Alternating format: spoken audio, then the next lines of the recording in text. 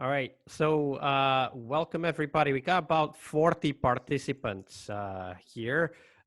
Just to get us started, where are you guys connecting from? If you could just type it on the chat so I get an idea. I'm sure many of you are from Austin, obviously, but would be cool to see also what other places. Lincoln, Denver. Yeah, Adrienne is from Denver. Michigan, ATX. I don't know what ATX is though. New Austin, Texas. Jersey. All right. Georgetown, Chicago, but from Austin, Aaron. Awesome to see you guys. Des Moines, Santiago de Chile. Muy bien, Mike. Whoa. There's definitely a lot of people from outside Austin this time. Leland, that's a great success for the internationalization of Agile Austin, huh? It is. Good stuff, guys. So we will get started. I'm going to talk about a topic that it comes up quite often, which is, how do we make estimations better? And I think that by the end of this presentation, I can convincingly show that no matter what you try to do to improve estimation, it will fail. And my point is that it fails because it's trying to solve the wrong problem, and we'll get there soon. But I did want to mention the Scrum Master Toolbox podcast. There's the short URL here on the bottom if you want to check it out. It's a daily podcast for Scrum Masters where we ask questions that we all face and then have a discussion with every week a different person, and we learn from their stories. That's basically it. I call it a podcast for doers because although I do interview quite a lot of thought leaders, and Dean Leffingwell, the creator of SAFe, as well as people from Nexus, the Scrum.org scaled framework, and also good old friend Bas Vode, the creator of Less, together with Craig Larman, are also on the show. So you can go and listen to those interviews if you're interested in scaling specifically. But there's a lot more there. All right, and just for being here, I want to tell you guys that you will get the complete book. You just need to go to this URL right here.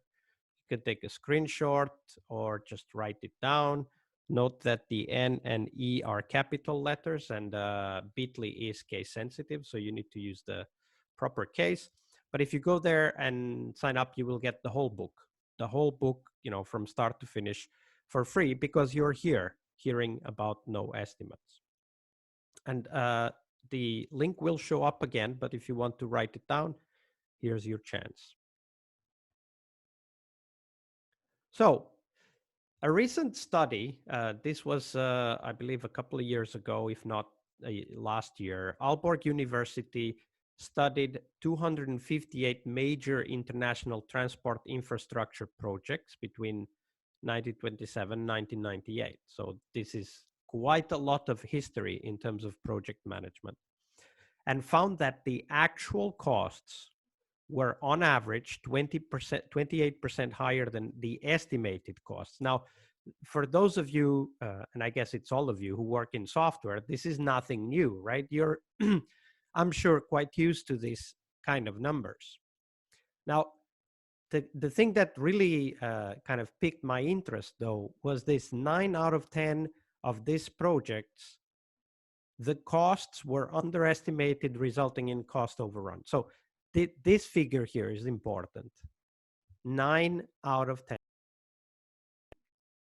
Now, in most of our lives, in most of other domains, if we would have a technology that would fail us 9 out of 10 times, we would probably call that technology inadequate, if not obsolete, and sometimes even downright negative for the purposes and the intentions that we have.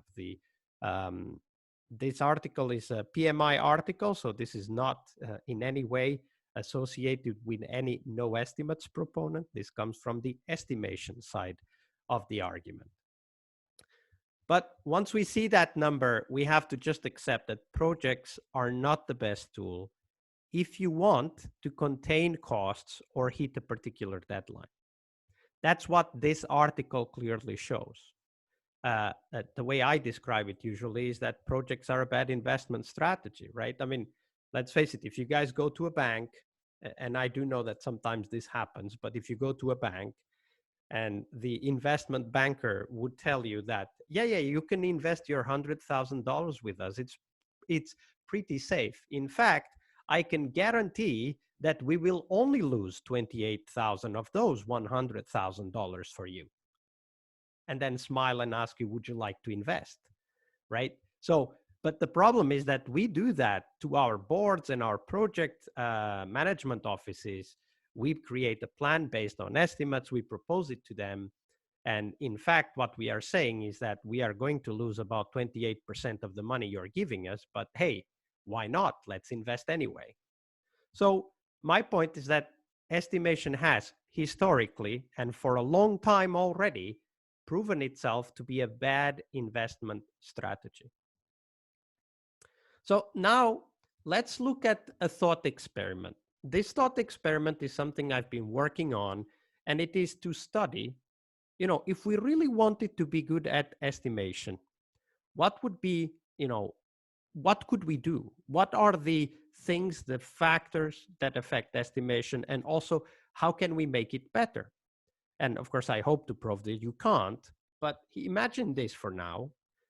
Imagine that you have a project with only 10 tasks. They are all on the critical path. For those of you who know project management, this is an important fact.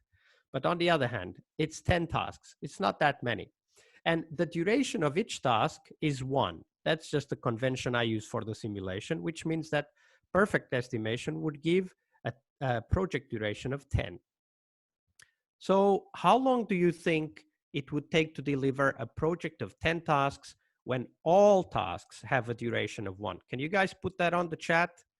What's the common understanding here? 12.8, Ned?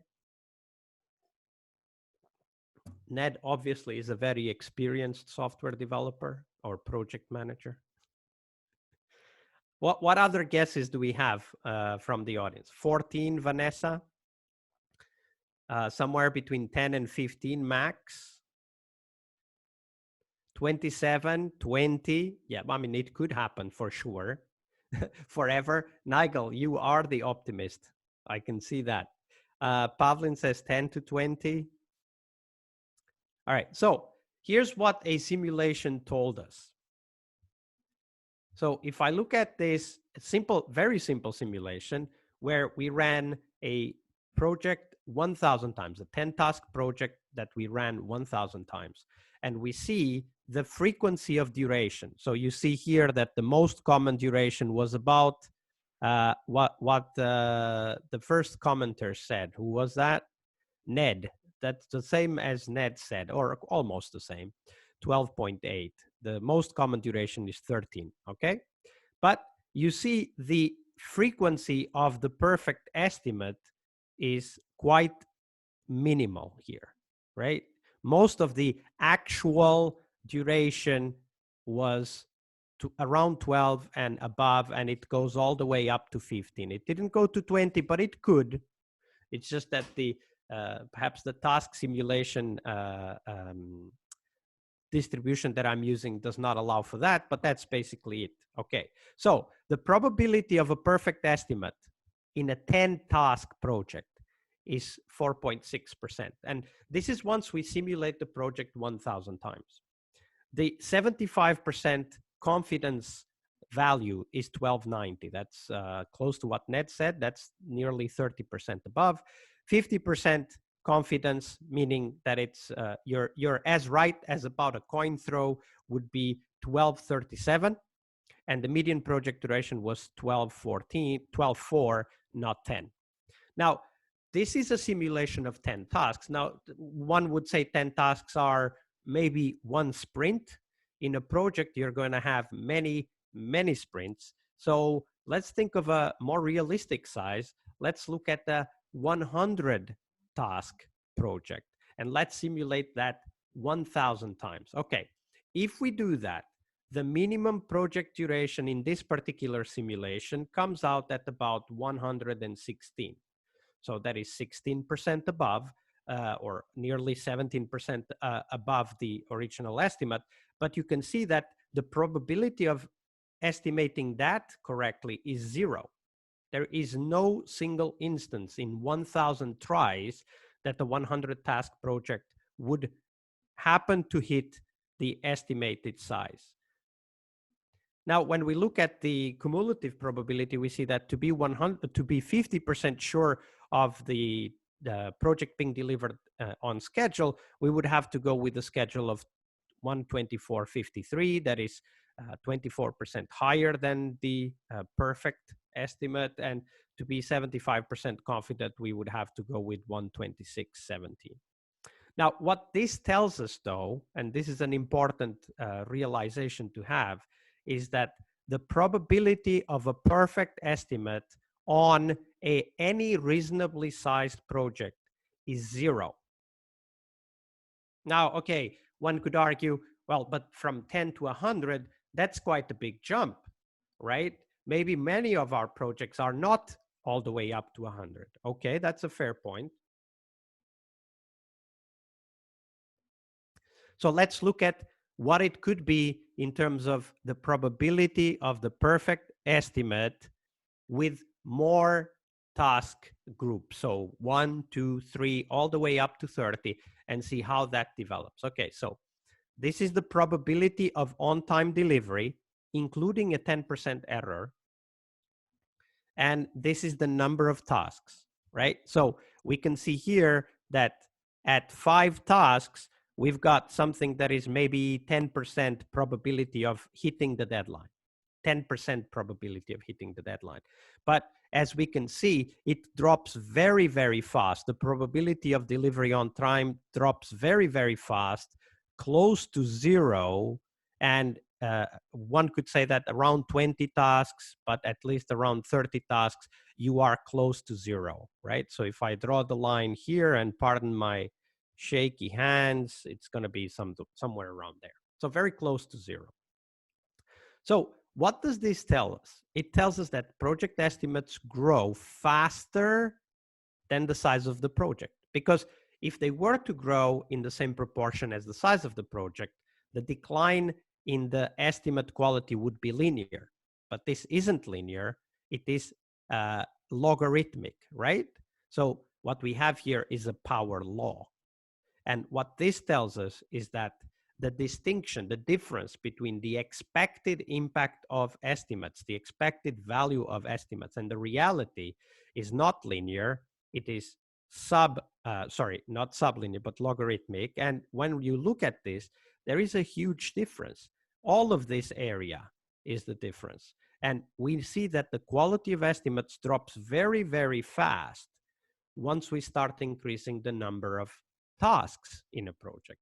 So one could argue that for any non-trivial project, the probability of ever coming up with an estimate that will hit the deadline, meaning 10% error margin here or there, is nearly 0. What this then allows us to understand is that project failure becomes a fat-tailed process. By the way, that's what this means. This power law here tells us that we are in a fat-tailed process. And what this means is that if the cost run is systematically fat-tailed, we can't use linear methods to understand its variance. We can't say that, for example, we can't say, let's give it a 10% buffer. We can't say that because that has very little meaning when you have such a gigantic difference in effectiveness of the estimates when you go from, say, 5 tasks to 20 tasks, right? So what this is telling us is that if we want to save time and save money, we should actually not use estimates. We should use other approaches. And of course, the approach that I espouse is the one that Lilian already mentioned, the one in the book No Estimates, which you can get for free. The link will be coming up soon. That talks about a completely different concept. And that concept is something that we are actually quite familiar with. That is the concept of throughput. right? If you look at we were just talking with Leland before we got started about the impact that, you know, a lot of people being at home has on the networks that we now all use to have these video calls, right? So network engineers are very careful looking at their throughput numbers. Why? Because they know that big dips in throughput means that the network could fail catastrophically. So they're very good at keeping throughput stable. And they use the throughput as a measure of how they are improving the quality, in this case, the bandwidth of their networks. This is actually a software team. And this is the number of items completed per day over a period of 2 years. And you can see here that if we draw a line here and we draw a line here, we see that the majority of the cases oscillate within these two lines. Now, there's some lower. There are weekends here as well and vacations, so it's normal that it is lower. But most of the variation will be here, and it will be probably between 19 and maybe 6 or something like that, right? This is what we expect from a throughput model. Just like a computer network, our teams provide value, user stories, at a reasonably stable rate. There are oscillations, it's not a flat line, just like in a telecommunications network we see here. It's not a flat line, there are oscillations, but you can rely on the value that you get from the throughput information. Here's another team, and you can see the link here again if you want to check out the book. Here's another team, and this team has data for 21 sprints, or had data when I got this data from them. That's 21 sprints, and you can see the velocity line here, and you can see how it oscillates, mostly between 3 and 2, going up to 4 and 5 a couple of times, right? This is a throughput model, just like a network, just like a telecoms network. And because we know that, we can actually use this information. How do we use it? We know that if the throughput is stable, that is our proposition here, is that the rate of delivery will be similar or the same over time unless significant changes happen. And this could happen, like, you know, people leaving or being fired or teams being disbanded. That also happens. And the second proposition is that we know at all times how many items we have in our backlog. And why do we know that? Because we have the product owners and product managers working with the backlogs on a regular basis, and we know how many items there are. For example, if you use Jira, it's simple. It's a query. You figure out how many items there are. Now, if we put these two together, what we know is that if we have the size of the backlog and we have the rate of delivery, we can easily calculate two values. The optimistic value, that's, you know, the higher line in this particular graph right here, and the pessimistic value, which is this one right here, which if I look at the previous throughput graph, it would be the green line, this one right here. So now we see that there's a, what we used to call, where I used to work, we call this the landing zone, right?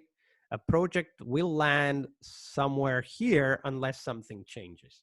This is an important understanding because now we have data without even asking the team about when something, these items right here in the backlog, will be delivered. Now, if you look at this black line, you will see, obviously, that there's a gap, right? There's a gap between the ideal velocity and the real velocity. This is our delta. This delta is very important, and it's the one that we have to work with the product people on, because this tells us that there's too much items in the backlog. We, at this level of items in the backlog, we will not be able to deliver on time, which was here.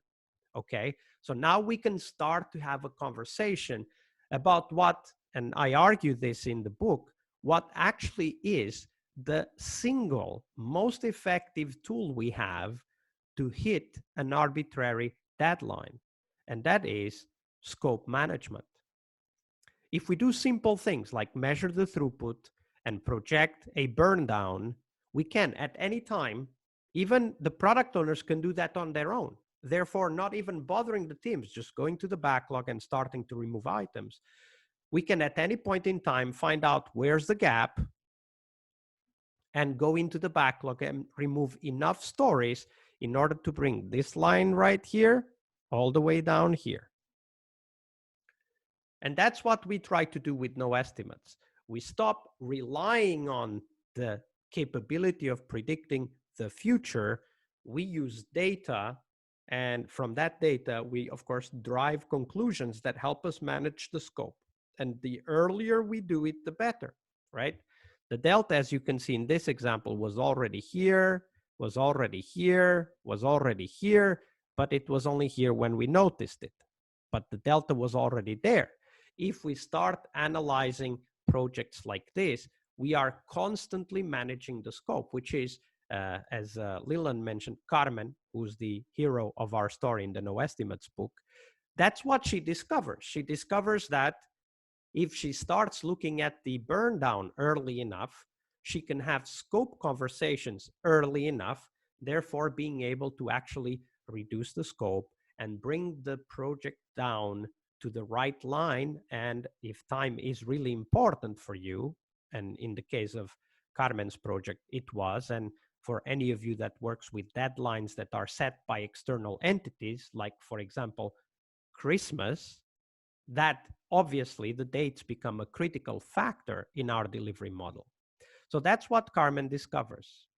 She discovers how to first establish a trustworthy backlog, because not all backlogs help you to do this kind of thinking and decisions that I just suggested. How to track the rate of delivery, and there are some steps to consider.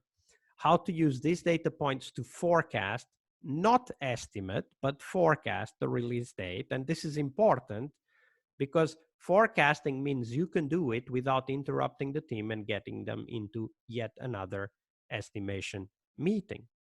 And finally, how scope management for software projects is the only solution to deliver on time. So I wanted to have this a little bit interactive, so I prepared a short presentation with some basic arguments that I think are relevant for us to discuss when it comes to no estimates and why estimations don't actually work for the advertised use. And now I would like to open it up for questions. So Leland, how do you want to do it? Should we collect questions on the chat? Yeah, and we've had a few questions already in the chat, so we could probably start with some of those. First, I saw someone was asking what tool you're using just for interacting. They thought that was awesome. Okay, that's just plain PowerPoint. And if you go to when you're in presentation mode, if you go to the bottom left, there's a choice to choose a pen or a laser pointer or whatever. And you can, laser pointer is slightly different, right? The pen allows you to write and highlight and so on. All right. Just trying to, different ones in here. Someone mentioned that estimations can help in budgeting and forecasting as long as the factors remain the same, people, process, product. But in Agile with continuous improvement, always at the heart of estimations are bound to fail. That was kind of the post on there, but I did have that question myself around companies going to kind of that innovative accounting. How have you had any experience using no estimates and companies using that to for tax? Like we're spent this much money on this project, and how would you approach that in a no estimates world? Yeah, that's a very good question, by the way, Leland. I have on the podcast an interview with Marit Lanti and Rami Sirkia. If you just search for Lean and Agile Financial Planning on the podcast website, that's scrummastertoolbox.org, you will find that episode. And what they argue for, and by the way, they are pioneers in the world of safe and scaled Agile. In fact, they are the first ones to use this in real large scale. They were the first team at Nokia to start implementing safe. That was way back in 2008. I was part of one of those teams in 2008. And what they discovered is that there's a fundamental mismatch between the CapEx model and what software is. In fact, at Nokia, they ended up going for the OpEx model. What does that mean for us in practice? It means that software development is a running cost, not an investment. In other words, you have the same teams next year that you have this year. What is left for you to decide is what software to produce with them, but they will be there. You will be spending money. So the first thing that we need to talk about is what are the financial models that our companies use. If they use CapEx, i.e. capitalization of projects, where they need to estimate the size of the project and put a certain price tag, which then they capitalize over time as the money starts rolling in, that is one problem. There are solutions for that, but that's one problem. But if our organization use the OpEx model, i.e. software development as a cost, not an investment, then that's a totally different model. Costs are very easy to project. In software, it's roughly number of people times the average run rate. That's what the cost will be. And now we can ask, okay, but we don't know how long it will take. And that's why Agile is so important, because what we learned from Scrum, and now SAFe is doing the same, is that time boxes actually work. If you give a team a time box of 2 weeks, they will deliver something at the end of 2 weeks. If you give a team of teams, like SAFe does, 2 months or 10 weeks, they will deliver something at the end of those 2 months or those 10 weeks.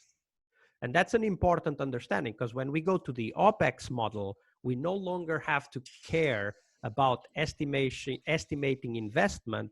We know exactly what the cost will be. What we need to decide is what to produce in the time available. And that's why scope management, as described in the book and done in No Estimates, is so important, because this is the key decision. This is where value is.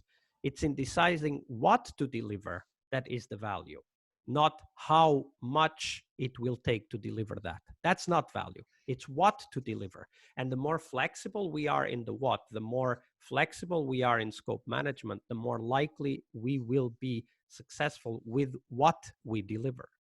I don't know if this answers fully your question.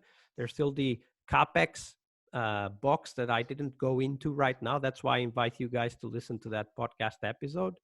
But that's at least a couple of ideas around why, if what we are doing is measuring running cost, we don't really need the estimates for that.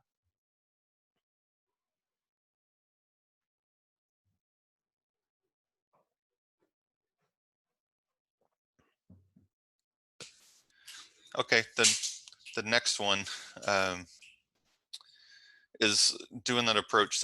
You're assuming everything in the backlog of similar size and will not be decomposed into more smaller items before pulling in the sprint? That's a very good question, and a question that I also get a lot of time. So I'm going to go to my thought process example, experiment example here, to say that the actual duration is typically a distribution like that. They are not all the same size, and they can't be all the same size. And we know that because even when you thought they were of a certain size, surprises happen and they take longer than expected. This happens constantly. So we know that trying to make all backlog items of the same size is not going to work. And estimation isn't going to solve that either, by the way. What we do know, though, is that over time, let me go to that throughput graph again. Over time, teams will deliver about the same number of items. So no matter what is in the backlog, we know that the rate at which we go through the items is going to be about the same. And in the No Estimates workshop, I actually go through a hands-on exercise so that we can see why that happens. But for now, I would give you the example of the most important factor in how long an item takes to deliver is not the actual effort. It's how often we are interrupted. How long do we need to wait for a particular dependency without which we can't deliver that item? how often people are sick at home and they can't complete the work they were expected to. When technology fails, I mean, these days we don't have much of that problem, but I used to work in software in the days where we had centralized version control systems. And if that baby went down, nobody could work. Literally, nobody could work. Can And I then ask we a have follow-up on that, corporate Jessica? meetings and so on and so forth. So there's actually a lot of items that influence how many stories or features or epics we can deliver in any time period. Can I ask a follow-up? Go ahead. On that? So I agree with all that stuff. You know, the variability. There's always going to be some variability in the work that we do, right? But if the work we're doing in a sprint are, let's just kind of use general terms, at a story level, if my backlog is all made up of stories of that, you know, and I get that there's a variability to the size of those stories, and that's fine. But if my backlog is made up of a bunch of epics that are 10 times as big, right? If I've got, you know, most of the time a backlog, depending on the time frame that we're looking at, is made up of potentially stories and epics. And if the epics are 10 times bigger, or, you know, a magnitude bigger, not just a variability, and we're counting stories complete, not counting epics complete, right? If we're counting a different type of thing. Yeah, that's a very good question, David. Let me just add a slide to this presentation so that I can share with you. I'll start sharing in a second, so I can share with you an idea that I think will help with this. So let me just add a few slides to this presentation. There we go. And go back to this. All right, so let me just double check that I understood you. So what you're saying is, because the items we deliver are, you know, not all in the backlog yet, because we might have features and epics in the backlog, not yet broken down into stories. If we measure the throughput at the story level, we don't really know when we're going to be done with the project. Is that what you said? Yeah, I'm saying that it would seem like what we need to measure is the same level of, I don't know if fidelity is the right word, but what we're measuring in terms of completion needs to align with what we're predicting is coming up, right? So the types of things that we're saying are in the backlog need to be similar to the types of things that we're saying are done. Yeah. So there's one concept here which is very important. When you have one team, you have stories, right? One team works on stories. So whatever we measure at the team level is going to be stories, right? But obviously, but their backlog isn't made up of only exactly. stories. But obviously, what comes into the backlog is going to be bigger chunks, and they might be stories just not yet broken down, or Right. they might be, and this is my point here, they might be features. Yeah. Right. Okay. And what we could say is that anything that hasn't yet been broken down is a feature. We can say that, right? Now, there's another factor. Stories have a very clear time box, and that is the sprint, right? Typically 2 weeks. Yep. These days, I recommend 1 week to the teams that I work with, but it's typically still 2 weeks. Okay. Features also have a clear time box, and this is something you guys can benefit a lot from if you haven't yet implemented, which is 1 month. And we did this way back in 2008 because we had to solve the problem you just described. We did not know, all right, yes, we can measure the stories, but we're not delivering stories. We're delivering features. Mm-hmm. The teams are delivering stories, but at that time, we had 100 teams working on a project. We don't really care about stories. We care about features. So stuff that we can say, hey, this part is done of the project, the whole project. So what we started doing is that we started measuring delivery of features. And features could be, even those could be different sizes. It didn't matter, but they were all called features. Well, but they're and most important, sizes, but what's most important is you have normalized that they're different sizes that are they're not bigger than a month. It couldn't be a No. 3-month thing. No, that's not what I said. What I said is that we measure how many of those we deliver in a month. Okay. All right. Not did they fit in a month, because a feature could have started the month before. You don't really care. When you're measuring throughput, you're measuring end to end. So is right? it okay to have a feature that takes 3 months? In my opinion, of course it's not, but you can't predict that, right? You don't actually know. When you start working on a feature, you don't actually know whether it will take a month or 2 months or 3 months. What you can know is which part of it you want to deliver first. And you can isolate that part, which is what we do in refinement. We break things down because we say this part is more valuable than this other part. So let's deliver this one first, right? And we create the stories for this one.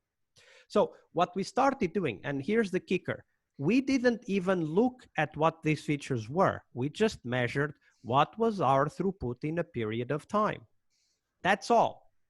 But we did understand and did need to follow something that was similar to all of the teams, but it was not team level. It was project level, right? So in other words, if you're working in a project that has 3, 4, 5 plus teams, you probably have a level in the backlog, which is features and epics. And you have then the team level items, which is stories. So pick a time. In the project where I was at, we actually didn't use 1 month. We did 1 week. We actually measured the number of features delivered in 1 week because we had 100 teams in the project. So there was always stuff being delivered.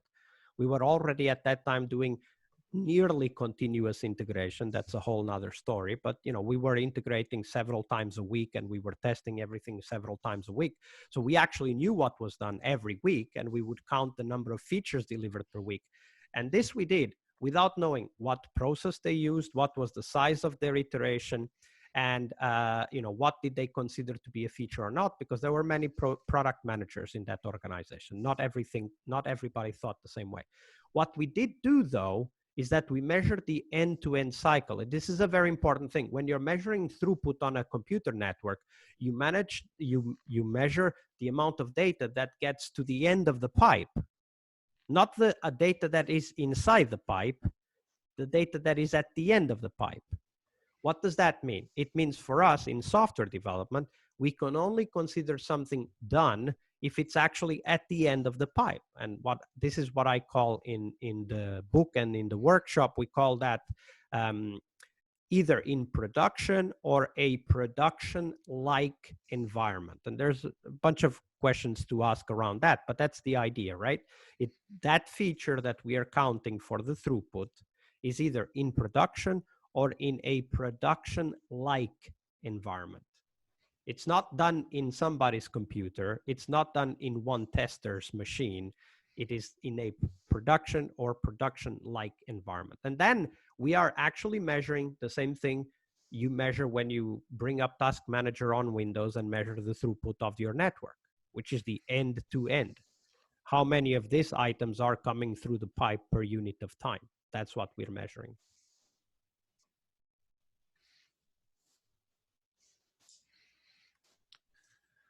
Okay, we had one other question, sort of related on that around, not really question, more of a comment around when looking at cycle time over long range, despite protests from the team that some items are smaller and bigger and shouldn't just apply a single number to everything as an average. Okay, so the comment was about cycle time, and let's just do this. I'll try to illustrate this. Again, I apologize for my lack of drawing skills, but typically what we have is like these story points, right? So we have 0, 1, 2, 3. I'll just do this to simplify it, right? So these are the story point buckets, right? And if we were to assess if our estimates are right, we would see that the story points of 1 would have a similar duration, right? So they would last, let's say, 1 day or whatever. Story points of 2 would have a similar duration. So like 2 days or half a sprint or whatever it is, right? But what we actually find in reality is that if we now project this in terms of numbers of days that they last, right? So this is days duration for a bucket. We see that there's a huge variation, and we see that there's overlaps, including overlaps on both sides, right? It could be that it's something like this, for example, where a 5-story point story lasts less than a 2-point story. So what we actually find is that the cycle time, the time it takes to deliver a particular user story, does not correlate well with story points, i.e. estimated duration or estimated size or complexity, as some people like to say. Now, this is an important realization, because what this is telling us is that story points have little information about the actual time that it takes to deliver an item. So now we have to ask, okay, fine. So where would we find that information? Well, it turns out that cycle time isn't actually the right metric for us, because what we are trying to decipher is the burn rate of these stories over time. And so we actually should be looking at what I presented, which is throughput. So it turns out throughput for us is better, and having the number of backlog items and throughput, you can easily project your project. And you can do this, by the way, you can build an Excel model with this, and we do that in the workshop, and you can give it to the product owner. And every time the product owner has a question, what if we add this feature? Just put it there, and they can do the calculations on their own. They don't need to interrupt. Product owners will have hundreds of what if questions in their minds every day. If they would have to interrupt the teams to answer those questions, the teams wouldn't develop any software. So it's important that we realize what are the metrics that are actually actionable, things we can use in this case to know whether we are on time or late. And turns out throughput is a very effective metric for that.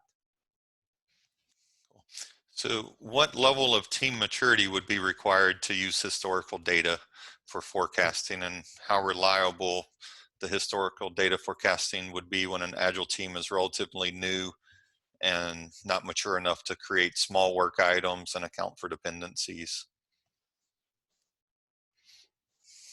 Okay, so before we go into that, let me just state that working on creating small work items should be one of the items you regularly review in the retrospective. For example, by asking questions such as, why did this story took 2 sprints to deliver? Just asking that question. And then, of course, as the problems come up, asking things like, how could we remove the impact of that kind of event?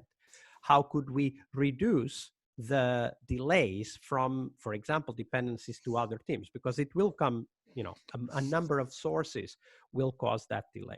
Now, when it comes to maturity, though, my own experience is that the maturity of the team has an impact on the quality of their work and maybe even on the throughput. But it turns out that their throughput is still going to be relatively stable, just like this team here.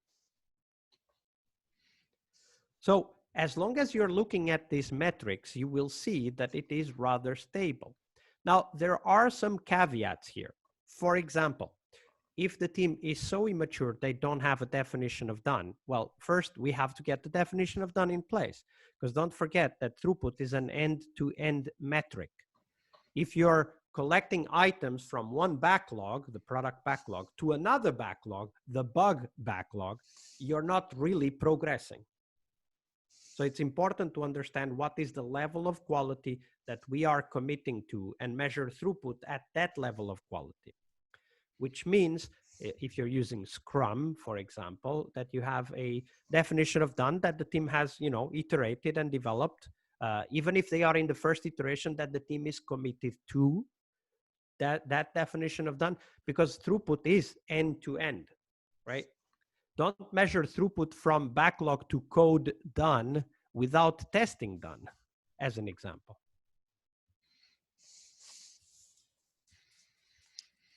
All right, I think that was most of the questions. I don't think I missed any, but I've looked at it a couple of times. Someone did ask if the deck would be available, like if you could share the deck with everyone. I mean, if you Yes, share it with absolutely. me, I can get it as well. Yeah, the deck will be up on LinkedIn. I'll share it with you, Leland, as well. The link to the book you only get because you're here. So you should note it down now, because that will not be in the deck as it is distributed. Okay. Anyone else had any questions?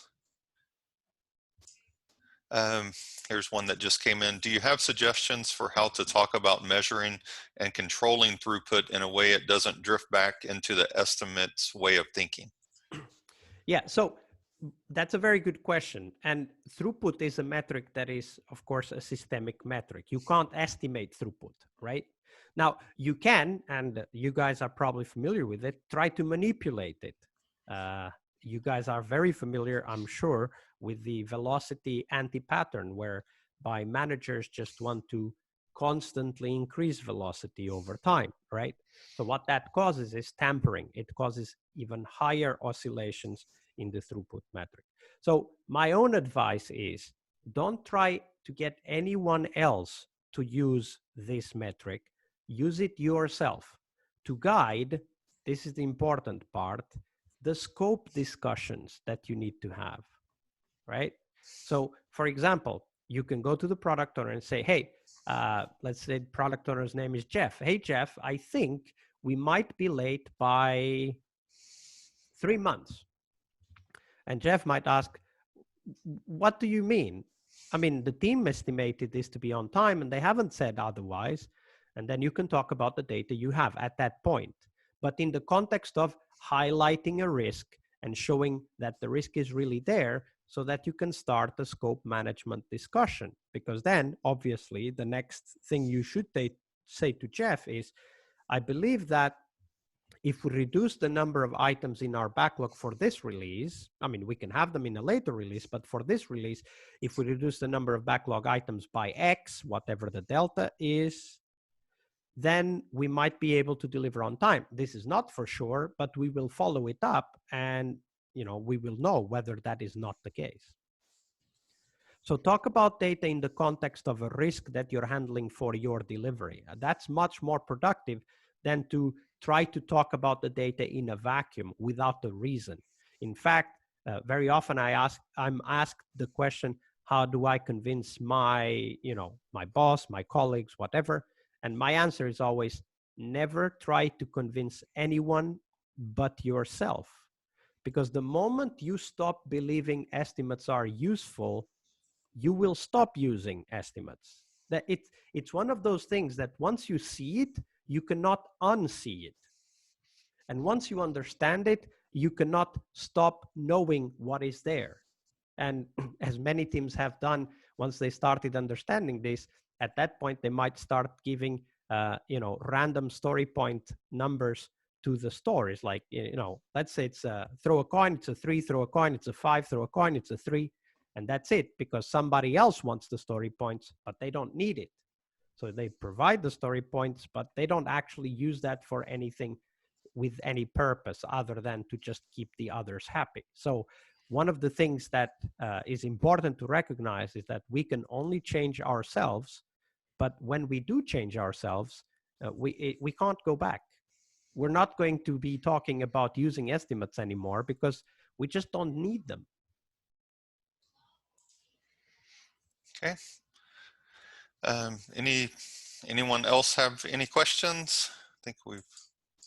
Are there any special considerations for teams that have,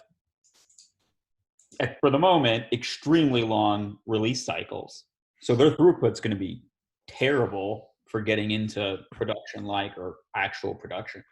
That's a very great question, Aaron. Thank you for asking. I would solve that problem first. For example, I would create an intermediate production-like environment. Let's call it staging for those teams, right? And I would start measuring throughput at the staging environment. So how many stories were put into staging, right? Because don't forget that release should be orthogonal to the measure of throughput once the team is providing the level of quality they want to provide with every single story they deliver, right? So that's an important factor. So think about what is the next level of delivery that is the closest to the final delivery, production. But of course, because we only release every 6 months, it's not yet production because it can't be, right? So ask that question. And typically you have a system level step there. Other teams are integrating. You have, if not the whole system, you have large parts of the system live. Like you need to think about what that would mean for you and then measure throughput in that environment, not throughput at the team level, but throughput in that environment. Because here's the thing, it is possible that every single team delivers on time and you still can't release. Because software is not delivered by one team, it's delivered by when all of the team's deliveries integrate with high quality, right? This is why SAFe, for example, has the last iteration in a program increment, what is it called? The innovation and planning iteration, which in other words called buffer, right? Because they know that people will fail, so let's put a buffer there. Right? That's one way to hide how bad we are at estimates, by the way. But in any case, it's productive. It's useful. Why? Because you give time to the teams to finalize the work to the right level of quality. So think about that. We need to know what is the level of quality we are measuring. Crappy quality is not throughput. It's just debt. It's called debt, quality debt. Yeah, we had, and probably be the final one is one question about when using no estimates, how can teams refine to break down stories to smaller sprintable chunks during refinement discussions without using story points? So that's a very important question. We don't have much time anymore, but I just wanted to give you a pointer. This is how I break down stories with my teams. I put stories on 2 axes. Social complexity, technical complexity. And we break stories down to facilitate their delivery by either reducing social complexity, moving things down this axis, or reducing technical complexity, moving things left from this axis. This is an important concept because this social complexity and technical complexity, we all know has a direct impact on how good we are at delivering what we wanted to deliver, i.e., in other words, a story that is high complexity in the technical and social dimensions is going to be a lot more difficult to deliver than a story that is only high complexity on social dimension or only high complexity on technical dimension. Let me give you a concrete example. High complexity on social dimension. Maybe it's 3 or 4 teams, maybe it's 2 or 3 decision makers that need to interact. But the technical problem is well understood. We just need to get the decisions made. For example, adopting a new database using the same API. Then another thing would be reducing the technical complexity, i.e., instead of going in and changing, 20 different modules, creating bunch more API calls and having all of that done over a sprint, we can say, no. First thing, we create the API. That's one story. Reduce the technical complexity. Then another thing might be restructure some of the modules so that we have a big part of the API isolated rather than distributed all over the code base. That would be a way to reduce the technical complexity. Right? These are concrete ways in which we can break down stories without talking about size. All right. I think we're at time. So thank you again, Bosco, for being willing to do this. This was awesome. I know I've gotten some comments just in chat that people are really enjoyed this. And I'll get the deck when you send it to me. I'll go ahead and get it to everyone as well, and get you the recording for this one as well. So, thank you, everybody. Right. I hope you got some concrete, actionable takeaways to make your lives better. All right. Thank you. Thanks. Thank you. Bye. Bye.